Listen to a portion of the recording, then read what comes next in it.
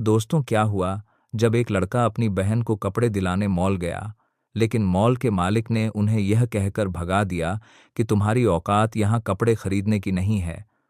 उसके बाद जब लड़का अपने असली रूप में आया तो ऐसा हुआ कि एक ही झटके में पूरा मॉल खरीद डाला। फिर जो हुआ वह किसी ने अपने सपनों में भी नहीं सोचा था। रियाज की पुरानी अलमारी के सामने खड़ी रिया ने दुपट्टा कंधे पर टिकाया और आईने में खुद को देखा। भैया, कॉलेज का ओरिएंटेशन अगले हफ्ते है। एक ढंग का ड्रेस चाहिए बस, उसने धीरे से कहा। रोहित ने मेज पर फैले मुड़े तुड़े नोटों की गिनती खत्म की। 3,800 उसने मुस्कुराने की कोशिश की। चल आज मॉल चलते हैं, देखेंगे क्या होता है। सिटी स्क्वायर मॉल की कांच की दीवारों पर धूप चिपकी हुई थी। अंदर एसी की ठंडी हवा और परफ्यूम की खुशबू। रिया की आंखें चमक रही थी। रोहित की हथेलियां पसीने से गीली। दोनों उस बड़े शोरूम के सामने रुके जहां डिस्प्ले में नीले रंग की एक सादी लेकिन शान से भरी ड्रेस टंगी थी, बिना किसी चमक दमक के, पर कट ऐसा कि पहनने वाले को ग्रेस दे दे। भैया, यही? रिया ने फुसफुसाते हुए कहा। अंदर कदम रखते ही चमकीली शर्ट पहने सेल्समैन ने ऊपर से नीचे तक रोहित और रिया को देखा। उसकी मुस्कान में प्लास्टिक का चमक था। जी सर, क्या दिखाऊं? उसने ऊंची आवाज में कहा, जैसे आसपास वाले सुन लें। रिया ने नीली ड्रेस की तरफ इशारा किया। सेल्समैन ने उसी ऊंची आवाज में कहा, वो इस सेक्शन की स्टार्टिंग है 6,990 से। आपकी जेब, मेरा मतलब बजट। अगर फ्रेंडली चाहिए तो उधर डिस्काउंट रैक है, अच्छा कलेक्शन है। पास से गुजरती दो लड़कियां हंस दी। ट्रायल रूम कंफर्म्ड बायरर्स के लिए है। ठीक, सेल्समैन ने जोड़ दिया, जैसे कोई एहसान कर रहा हो। रोहित ने खुद को संभाला। टैग दिखा दीजिए, देख लेते हैं। उसने ड्रेस उठाई, उंगलियां कांपी। दाम पर नजर पड़ी। 7,990। जेब में उसी पल सिक्कों का वजन भारी लगने लगा। रिया की पलकों पर चमकते सपने अचानक सावधानी से बैठ गए। भैया, छोड़ो, कोई और देख लेते हैं, रिया ने धीमे कहा। सेल्समैन ने ताना कसा। भाई साहब, ग्राहकों को गाइड करना हमारा काम है। औकात से बाहर चीज लेने का क्या फायदा? बस बाहर वाली दुकानों पर ट्राई कर लीजिए, अच्छी लगेगी तो पिक भी कर लीजिए। औकात शब्द पूरे शोरूम की कांच में टकराकर जैसे 10 गुना गूंज गया। रोहित की कनपट्टी गर्म हो गई। उसने गहरी सांस ली। ट्रायल तो करवा दीजिए। सेल्समैन ने काउंटर की ओर फाइल फेंकी। सर, पॉलिसी है, कंफर्म बायर होंगे तो ट्रायल और कार्ड पेमेंट ही प्रेफर है। कई बार कैश वाले लोग। उसने वॉक के हवा में छोड़ दिया, आंखों से पूरा कर दिया। पास खड़े सिक्योरिटी गार्ड के चेहरे पर एक तिरछी मुस्कान तैर गई। रिया का गला भर आया। उसने ड्रेस वापस हैंगर पर टांग दी। उसी पल रोहित को लगा कि वह ड्रेस नहीं, रिया ने अपने भीतर कहीं कोई उम्मीद टांगी थी और अभी अभी उतार दी है। चलो, रोहित ने कहा। रिया ने उसकी बाह पकड़ ली। भैया, जाने दो। बाहर निकलते समय एस्केलेटर के शीशे में रोहित ने खुद को देखा। कमीज का कॉलर थोड़ा घिसा, आंखों के नीचे हल्की थकान। पीछे से सेल्समैन की आवाज फिर हवा काटती आई। नेक्स्ट, और काउंटर पर हंसी की एक लहर। फूड कोर्ट में रोहित ने 2 समोसे लिए। लाओ। रिया ने आधा उसकी तरफ बढ़ाया। मुझे भूख नहीं। रोहित मुस्कुराया। खाकर मजबूत हो। कपड़े तो वैसे भी इंसान पर ही अच्छे लगते हैं जो मजबूत खड़ा हो। रिया ने मजबूरी में एक कौर लिया और फिर अचानक बोली, भैया, मैं सस्ती वाली भी पहन लूंगी, बस तुम्हें ऐसा सुनना ना पड़े। रोहित ने समोसे का कौर गले में अटकते हुए निगला। सुन, उसने मेज पर रखी पानी की बोतल दबाते हुए कहा, आज जो सुना यह आखिरी बार था। याद रख, एक दिन इसी मॉल में तू जो चाहेगी चुनेगी, और जो ताना दिया है ना उसने, उस दिन वही आदमी हमें देखते ही नजरें झुका लेगा। रात को घर में पंखे की खरखर थी। माँ सब्जी काटते हुए बोली, मॉल ले गए थे। क्या मिला? रिया ने बिना चेहरा उठाए कहा। भीड़ थी, कुछ जमा नहीं। मां ने कुछ नहीं कहा, बस चाकू की धार थोड़ी तेज हो गई। रोहित कमरे में लौटा, बत्ती बुझाकर मोबाइल की स्क्रीन ऑन की, सर्च बार में टाइप किया, दिल्ली में होलसेल कपड़े कहाँ से लें, export, surplus, dress, Delhi clearance stock कैसे खरीदें। थकान आंखों को खींच रही थी, मगर हर लिंक एक पतली सी रोशनी जैसा लग रहा था। अगली सुबह वह आजाद मार्केट पहुंचा। गलियां और रोल्ड फैब्रिक के पहाड़ों से भरी थीं। हर दुकान के बाहर अर्धविराम सी टगी टेलर की चाकियां। तनेजा जी से मिलना था। रोहित ने एक छोटे से शोरूम में झांक कर कहा, कौन से तनेजा? अंदर से आवाज आई, जो एक्सपोर्ट सरप्लस रखते हैं। थोड़ी देर बाद सफेद कुर्ते में एक आदमी आया, बालों में कंघी का निशान, चाल में हिसाब। कहिए, स्टार्ट करना है। कॉलेज गर्ल्स के लिए सिंपल क्लासी ड्रेस, क्वालिटी अच्छी, बजट टाइट। रोहित ने साफ कहा। तनेजा ने मुस्कुराकर काउंटर पर कोहनी टिकाई। क्वालिटी अच्छी, बजट टाइट, यह जोड़ भारत की राजनीति जैसा है। कितना लगाना चाहोगे? शून्य। अभी बाकी बिकने पर तनेजा हंस पड़ा। बेटा, यह हॉस्पिटल नहीं कि इलाज बाद में पैसे। माल उठेगा तो पैसे यहीं देंगे। चल, एक काम करता हूं, टेस्ट के लिए 20 पीस दे देता हूं। सरप्लस है, हल्के डिफेक्ट भी हो सकते हैं। चालान कैश में बनेगा। रोहित ने सांस रोकी। चलो, दे दीजिए। वह दोपहर पड़ोस की शांति आंटी के घर पहुंचा। शांति आंटी की उंगलियां सालों से सुई धागे से बातें करती थीं। आंटी, कुछ पीस थोड़े बड़े हैं। कुछ की हेमली क्या ठीक हो जाएंगे? क्यों नहीं बेटा, 2 दिन दे दे। आंटी ने चश्मा ऊपर करते हुए कहा, लेकिन दाम तू ही तय करेगा। मेहनत लगती है, पूरी लगेगी। रोहित ने कहा, और आपका नाम भी लगेगा। 3 दिनों बाद आंगन की सफेद दीवार के सामने रिया ने नर्वस होकर पहला ड्रेस पहना। रोहित ने पुराने मोबाइल पर फोटो खींची। कपड़े की गिरावट, नेकलाइन का साफ कट, बिना भारी मेकअप। उसने इंस्टाग्राम पर एक पेज बनाया, eight Sanchi C dress, bio में लिखा, क्वालिटी जो दिखाने की जरूरत नहीं, पहनते ही समझ आ जाए। पहला पोस्ट डाला, दूसरा, तीसरा। 2 घंटे तक कुछ नहीं।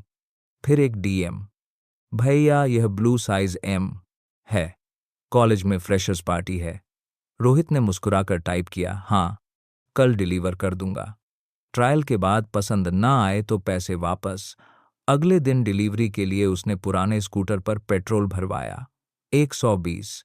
वह लड़की का घर खोजते हुए देर से पहुंचा।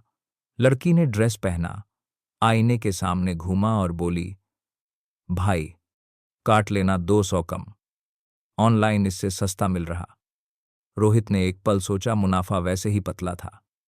एक काम करो, उसने कहा, अगर तुम्हें सच में ऑनलाइन इससे सस्ता और ऐसा ही कट मिलता है तो मुफ्त रख लो, वरना रिव्यू लिख देना। लड़की मुस्कुराई, डन। उसने पूरा दाम दिया और जाते जाते बोली, मेरी 3 फ्रेंड्स को भी चाहिए होगा। उस रात पेज पर 3 नए फॉलोअर्स, 2 इंक्वायरी। रोहित ने आंखें बंद करके गहरी सांस ली। कलाई में कहीं एक तड़प कम हुई, जैसे कोई पट्टी लगी हो, पर पट्टी के नीचे का घाव अभी ताजा था, औकात से बाहर। अगले हफ्ते रोहित ने एक छोटा सा स्टॉल लिया, लाइब्रेरी के बाहर। शाम 4:00 से 7। पहले दिन 5 पीस बिके। दूसरे दिन बारिश आ गई, प्लास्टिक शीट देर से मिली, कपड़े भीग गए। तीसरे दिन म्यूनिसिपैलिटी का इंस्पेक्टर आया, परमिट। रोहित ने तस्वीरें दिखाई, एप्लीकेशन की रसीद। फिर भी आदमी बोला, कागज ठीक है, मगर जगह पब्लिक है, समझा करो। उसने इशारा किया, कंफर्म करवाना पड़ेगा। रोहित ने जेब में हाथ डाला, 300 बचे थे। उसने आधे डर आधे गुस्से से नोट बढ़ा दिए। इंस्पेक्टर बुदबुदाया, सही है, चलो। उस शाम 2 कस्टमर ने ड्रेस लौटाई। एक की सिलाई खुली, दूसरे का जिप अपटक रहा था। रोहित ने बिना बहस पैसे वापस कर दिए, सॉरी, अगली बार बेस्ट दूंगा। उसने तनेजा को फोन लगाया। भैया, डिफेक्ट बहुत थे। उधर से ठंडी आवाज आई, सरप्लस है ना भाई, ऐसा होता है, अगली बार चेक करके ले जाना। मैं तो रोकता नहीं किसी को। फोन कट गया। आंख के सामने फिर वही कांच का शोरूम तैर गया। वही औकात की गूंज। उस रात नींद नहीं आई।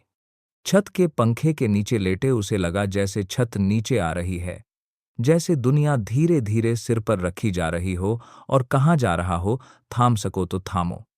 सुबह सुबह आंगन में झाड़ू लगाती माँ ने पूछा, कितने बजे निकलोगे आज? रोहित ने कहा, जल्दी एक गोदाम कर आएगा, देखने जाना है। रिया ने दरवाजे से झांक कर कहा, मैं भी चलूं? रोहित ने सिर हिलाया, नहीं आज नहीं, तू कॉलेज की फॉर्मेलिटी पूरी कर। और वह रुका। उस नीली वाली ड्रेस की फोटो मुझे भेज, बिना चेहरा दिखाए पोस्ट करूंगा। बस। स्टॉप पर खड़े खड़े उसने अपनी जेब टटोली। एक कुचला हुआ कार्ड निकला। पिछली हफ्ते आजाद मार्केट में एक ट्रक ड्राइवर ने दिया था।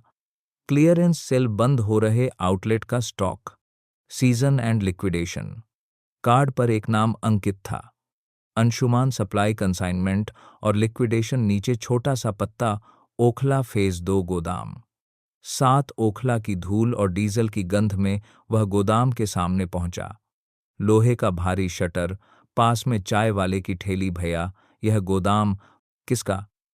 रोहित ने पूछा। चाय वाले ने कहा, कपड़ों का है। कभी कभी बड़े स्टॉक आते हैं, फिर ट्रक निकल जाते हैं। सस्ता मिलता है, पर उठाने वाले चाहिए। आज खुला है, आज लगता है इन्वेंट्री है। 8:00 के बाद कोई आएगा। ठीक 8:10 पर एक सफेद वैन आता है, आकर रुकी। गले में आईडी कार्ड लटकाए एक आदमी उतरा। कौन, क्या काम? क्लियरेंस के बारे में पूछना था। रोहित ने कार्ड दिखाया। आदमी ने कार्ड लिया, उलट पलट कर देखा। अंशुमान के रेफरेंस से आए हो नहीं, बस कार्ड मिला, ट्रायल करना है। आदमी ने आंखें तरेरी, रेफरेंस के बिना अंदर नहीं, और कंसाइनमेंट 1 मिनट के लिए भी रुकता नहीं। नकद तुरंत, ट्रक तैयार। रोहित ने जेब टटोली, 4300। हंसी अपने आप आ गई। नकद तुरंत, ट्रक तैयार। और मैं, मेरे पास सिर्फ एक नीला सपना। दूर से एक हॉर्न की आवाज आई। बड़ा ट्रक अंदर लगा। शटर आधा उठा। अंदर राशन के बोरे जैसी बड़ी बड़ी गट्टियां, हर गट्ठर पर टैग, मैरिडियन फैशन एसएस टेढ़ा store return not for MRP sale. Rohit की नज़र टैग पर ठिठक गई। मैरिडियन फैशन, उसी ब्रांड का शोरूम, वही जिसमें औकात आदमी ने उसके चेहरे का भाव पढ़ लिया। कुछ समझ रहे हो? यह स्टोर रिटर्न है ना? डिस्प्ले हटा, size mismatch, light defect, customer return. Rohit ने संभलकर पूछा, हाँ, उठाना है तो पैड के हिसाब से उठाओ, पीस पीस नहीं। और एक शर्त, जैसा है वैसा। चेक का समय नहीं, पैसा लगा सको तो लगाओ, वरना अलग हो जाओ, भीड़ मत बनाओ। भीड़? वहां तो सिर्फ 2 और लोग थे। दोनों की शक्ल पर कैलकुलेटर चलता दिख रहा था। रोहित ने शटर के अंदर झांक कर देखा। पहले पैड पर वही नीले रंग की कटिंग नजर आई जो रिया की ड्रेस में थी। दिल ने एक धड़कन छोड़ी, फिर तेज हो गया। उसने हिम्मत करके कहा, एक पैड की कीमत, डिजाइन साइज सीजन पर है, यह वाला 55। शून्य। ट्रक बाहर खड़ा है। कैश रोहित के पैरों में जैसे सीसा भर गया। 55 शून्य। उसके पास 5000 भी नहीं। वह एक पल को चुप रहा, फिर बोला, एडवांस दूं, बाकी 1 हफ्ते में। आदमी मुस्कुराए बिना बोला, भाई, यह फल मंडी नहीं, यहां जो आता है इंतजार नहीं करवाता। हटो जरा। दोनों खरीदार अंदर घुसे। किसी ने पैड की रस्सी थपथपाई, किसी ने टैग गिना, किसी ने मुट्ठी से कपड़े का फॉल महसूस किया। रोहित वहीं दरवाजे पर खड़ा रहा। सिर में आवाज गूंज रही थी। औकात चाय वाले ने पास आकर धीमे से कहा, कभी कभी यह लोग लोन पर भी उठाते हैं। वह सामने छोटी फाइनेंस वाला बैठता है। कागज लगेगा। गारंटर। गारंटर? रोहित हंसा। मेरी औकात में गारंटर कहाँ? चाय वाले ने कंधा उचका दिया। औकात बढ़ानी पड़ती है भाई। रोहित ने जेब से मोबाइल निकाला।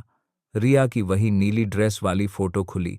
शब्द खुद बखांदा, खुद अंदर से निकले, आज नहीं तो कभी नहीं। उसने पास खड़े फाइनेंस वाले की ओर कदम बढ़ाए। भैया, बात सुनिए, Aadhaar, PAN, bank statement, ITR. Finance वाले ने जैसे गोली की तरह सवाल दागे। रोहित ने एक एक जवाब दिया। आधार है, पैन है, बैंक स्टेटमेंट ठीक ठाक, आईटीआर नहीं। आईटीआर नहीं, फिर तो देखो हम रिस्क नहीं लेते। मैं रिस्क ले रहा हूं, रोहित ने धीमे पर ठोस लहजे में कहा। आप नहीं लोगे तो कोई और लेगा। आपको ब्याज चाहिए, मुझे मौका। दोनों का फायदा है। फाइनेंस वाला कुछ नरम पड़ा। सिक्योरिटी। रोहित चुप। उसकी जेब, उसकी घड़ी, घर, सब कुछ दांव लगाने जैसा लगा। तभी मोबाइल बजा। अनजान नंबर उसने रिसीव किया। हेलो, क्या आप रोहित बोल रहे हैं? मैं माया, मेरिडियन फैशन सिटी स्क्वायर से। आपने इंस्टा पर ब्लू ड्रेस पोस्ट की, क्या एम साइज उपलब्ध है? मेरी बेटी का फंक्शन है। रोहित एक पल को थम गया। सिटी स्क्वायर, वही मॉल, मेरिडियन, वही ब्रांड। उसने खुद को संभाला। उपलब्ध होगा, कल दिखा दूंगा। माया ने कहा, मैं स्टोर मैनेजर हूं। हम लोग भी कभी कभी लोकल आर्टिजन्स से टाई अप करते हैं। अगर क्वालिटी हो तो पॉपअप काउंटर दे सकते हैं। आप अपना नेवी तरफ काम दिखाइए। लाइन कटते ही रोहित ने फाइनेंस वाले की तरफ देखा। सर, मुझे 55 नहीं चाहिए, आधा भी नहीं। मुझे एक छोटा पैड चाहिए, कोई मिसमिक्स, कोई ऐसा जो कोई नहीं पूछता। मैं उसे पहनाऊंगा, पिक लूंगा, बेच दूंगा, फिर बाकी उठाऊंगा। फाइनेंस वाले ने हंसकर सिर हिलाया।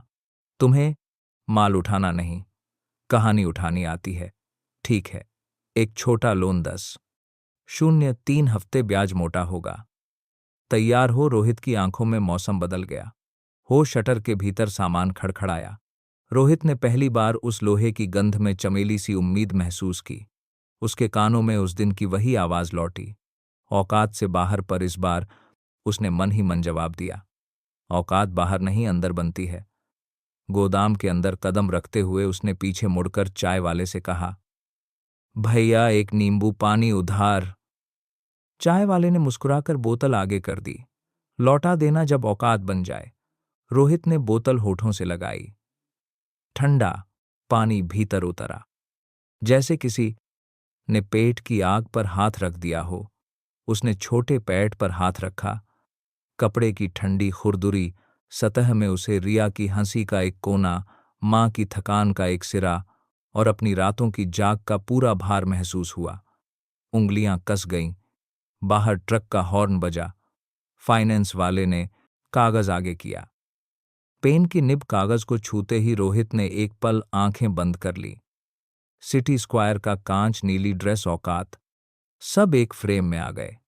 साइन कीजिए, आवाज आई। रोहित ने साइन कर दिए। आदमी ने शटर और ऊपर उठा दिया। भीतर अंधेरे में रोशनी का एक तिकोना पड़ा। ठीक उसी नीले ड्रेस के पैड पर उसने पैड की रस्सी पकड़ी।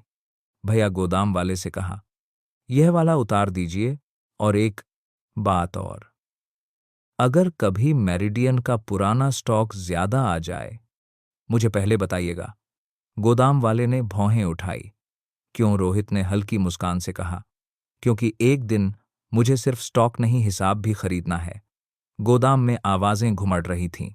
ट्रक के पहिए रेत को काट रहे थे और रोहित के अंदर कोई चुपचाप खड़ा होकर कह रहा था, अब से हर दिन, हर कदम उसी दरवाजे की तरफ जहां एक शब्द ठगा है, इज्जत। गोदाम से छोटा पैट लेकर लौटते समय रोहित के हाथ कांप रहे थे। स्कूटर के पीछे बंधे कपड़ों के गट्ठर की रस्सी बार बार ढीली हो रही थी।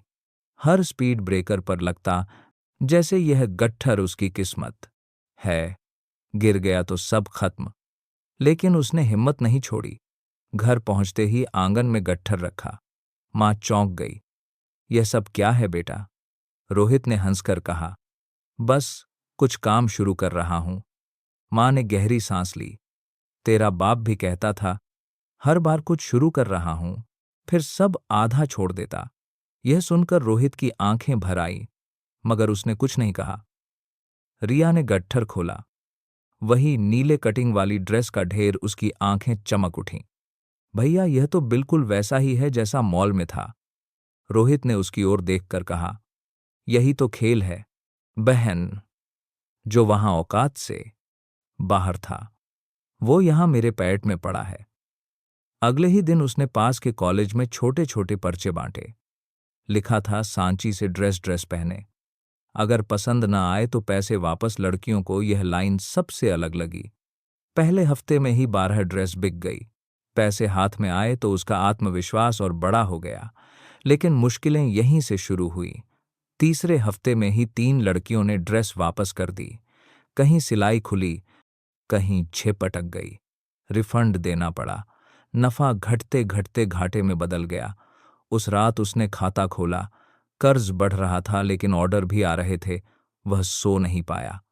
अगली सुबह उसने एक और पर्चा छपवाया। इस बार लिखा, हर ड्रेस पर 30 दिन की गारंटी, अगर खराब निकली तो अगली ड्रेस मुफ्त। लोग हक्के बक्के रह गए। कपड़े वाले में भी गारंटी। लेकिन यही पागलपन ग्राहकों को खींच लाया। धीरे धीरे उसका छोटा सा ब्रांड सांची सी ड्रेस कॉलेजों में फैल गया। लोग इंस्टाग्राम पर उसकी बहन रिया की मॉडलिंग वाली फोटो देख रहे थे। रिया पहले हिचकिचाती थी लेकिन अब उसे भी मजा आने लगा। महीनों बीत गए। रोहित का छोटा ठेला अब कमरे से ऑनलाइन शॉप तक पहुंच गया। पर किस्मत फिर परीक्षा लेने आई। एक दिन तनेजा, वही आजाद मार्केट वाला, उसके स्टॉल पर आया। उसने हंसते हुए कहा, अरे तू तो बड़ा बिजनेसमैन बन गया। सुन, एक बात मान, मेरे साथ पार्टनर बन जा, नहीं तो नहीं। तो रोहित ने पूछा। तनेजा की मुस्कान में झर था। नहीं तो मैं तेरा सप्लाई काट दूंगा। जितना माल तू बेच रहा है सब मेरे गोदाम से निकलता है। रोहित को पहली बार समझ आया, इन्होंने साथ में हिस्साल करना नहीं है कि उसने अपने सप्लाई चेन पर ध्यान ही नहीं दिया। अगले हफ्ते ही तनेजा ने सच में माल रोक दिया। स्टॉल खाली, ग्राहक निराश और रोहित फिर से वहीं खड़ा जहां से चला था। रिया ने रोहित को चुपचाप देखा और बोली, भैया अगर औकात बढ़ानी है तो किसी तनेजा पर निर्भर मत रहो, अपना रास्ता खुद बनाओ। यह शब्द चाकू की तरह चुभे पर दवा की तरह असर भी कर गए। रोहित अगले ही दिन किसानों से सीधा जुड़ा। उसने कुछ दोस्तों की मदद ली और पास के गांवों में जाकर सीधा सौदा किया। Cotton, linen, silk. अब बीच वाले बिचौलिए को हटाकर उसने अपना खुद का नेटवर्क खड़ा कर लिया। धीरे धीरे सांची सी ड्रेस एक स्टॉल से निकलकर किराए के छोटे से शोरूम तक पहुंच गई। पर असली मोड़ तब आया जब एक दिन उसे फोन आया। हेलो, हम मेरिडियन फैशन से बोल रहे हैं। आपके डिज़ाइन सोशल मीडिया पर बहुत चल रहे हैं। हमारी पॉपअप काउंटर में इंटरेस्टेड हैं। रोहित ने फोन थामा।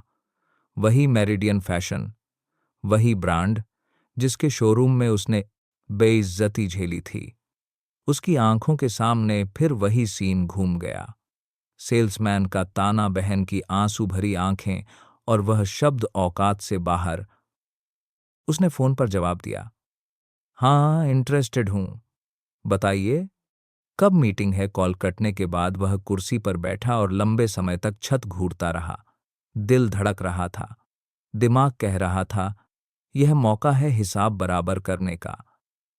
मेरिडियन फैशन की चमचमाती बिल्डिंग के कॉन्फ्रेंस रूम में रोहित बैठा था। सामने बड़े बड़े ब्रांडिंग पोस्टर, दीवारों पर मॉडल्स की तस्वीरें और टेबल पर कांच का जग। सामने 3 लोग बैठे थे, 2 कॉरपोरेट मुंह और बीच में वही सेल्समैन, वही आदमी जिसने सालों पहले रिया की ड्रेस के वक्त ताना मारा था। औकात से बाहर। सेल्समैन ने रोहित को पहचान लिया। चेहरा देखते ही रंग उड़ गया, लेकिन तुरंत संभल कर बोला, oh you are the founder of Sanchi C dress, interesting. Rohit ने हल्की मुस्कान से कहा, हाँ वही जो औकात से बाहर ड्रेस बेचता है। कॉन्फ्रेंस में खामोशी पसर गई। एचआर मैनेजर ने गला साफ किया, तो मिस्टर रोहित, हम आपके ब्रांड को पॉपअप काउंटर देने के लिए तैयार हैं। हमारे स्टोर में आपके कपड़े 1 महीने ट्रायल पर रहेंगे। अगर सेल्स ठीक रही तो आगे पार्टनरशिप। रोहित ने बीच में ही टोक दिया। नहीं, सामने वाले चौंक गए। मतलब मुझे ट्रायल की जरूरत नहीं। मैं पार्टनरशिप नहीं चाहता। मैं यह पूरा स्टोर खरीदना चाहता हूं। टेबल पर सन्नाटा। सेल्समैन का मुंह खुला का खुला रह गया। रोहित, ने अपने बैग से एक फाइल निकाली। आपका ब्रांड पिछले 2 साल से लॉस में है। आपकी पेरेंट कंपनी इस स्टोर को बेचने का सोच रही है और मैं तैयार हूं कि एएनएस डील बस एक शर्त है। स्टोर के लॉन्च डे पर मैं खुद ओपनिंग करूंगा। मैनेजमेंट ने हक्के बक्के होकर एक दूसरे को देखा। यह डील क्लोज हो सकती है। कागजात पर साइन हुए। कुछ हफ्तों बाद वही सिटी स्क्वायर मॉल, वही शोरूम, लेकिन इस बार बैनर पर लिखा था grand opening Sanchi C dress flagship store. भीड़ उमड़ आई। मीडिया कैमरे रिपोर्टर रोहित ने बहन रिया का हाथ पकड़ा और उसे स्टेज पर ले आया। आज मेरी बहन कोई भी ड्रेस चुनेगी क्योंकि उसकी औकात अब किसी पार से सेल्समैन की जुबान तय नहीं करेगी बल्कि उसकी पसंद तय करेगी। तालियां गूंज उठीं। भीड़ के पीछे दबा वही सेल्समैन खड़ा था। सिर झुका, पसीना माथे से टपक रहा था। रोहित उसके पास गया। भीड़ के सामने ही मुस्कुराकर बोला, याद है औकात से बाहर कहाँ था, देखो। औकात बदल गई। सेल्समैन कुछ बोल ना सका। उसके होंठ कांपे पर आवाज नहीं निकली। रोहित ने रिया की ओर इशारा किया। वह नीली ड्रेस पहनकर स्टेज पर खड़ी थी। वही ड्रेस जो कभी उसकी आंखों में आंसू बन गई थी, अब वही ड्रेस उसकी मुस्कान बन गई थी। भीड़ ने खड़े होकर ताली बजाई। कैमरों की फ्लैश से पूरा मॉल रोशन हो गया। रोहित ने भीड़ की तरफ देखा और बोला, औकात इंसान की जेब से नहीं, उसकी मेहनत से बनती है। उस रात मॉल की कांच की दीवारों में वही आवाज गूंज रही थी, लेकिन इस बार ताने की नहीं, इज्जत की। नमस्ते दोस्तों, आप सब कैसे हैं? हमें कमेंट में जरूर बताइएगा कि आप हमें दुनिया के किस कोने से देख रहे हैं। आज की यह कहानी आपको कैसी लगी? इस कहानी के बारे में आपके क्या विचार हैं? हमारे साथ जरूर शेयर कीजिए। हमारी यही प्रार्थना और कामना है कि आप सब जहां भी रहें हमेशा खुश और सुरक्षित रहें। ईश्वर आप सभी पर अपनी कृपा बनाए रखे। और हाँ, अगर आपके पास भी कोई ऐसी ही दिलचस्प या प्रेरणादायक कहानी है जिसे आप सब लोगों तक पहुंचाना चाहते हैं, तो हमें कमेंट्स में लिखकर जरूर भेजिए। हम आपकी कहानी को सभी के साथ साझा करने की कोशिश करेंगे।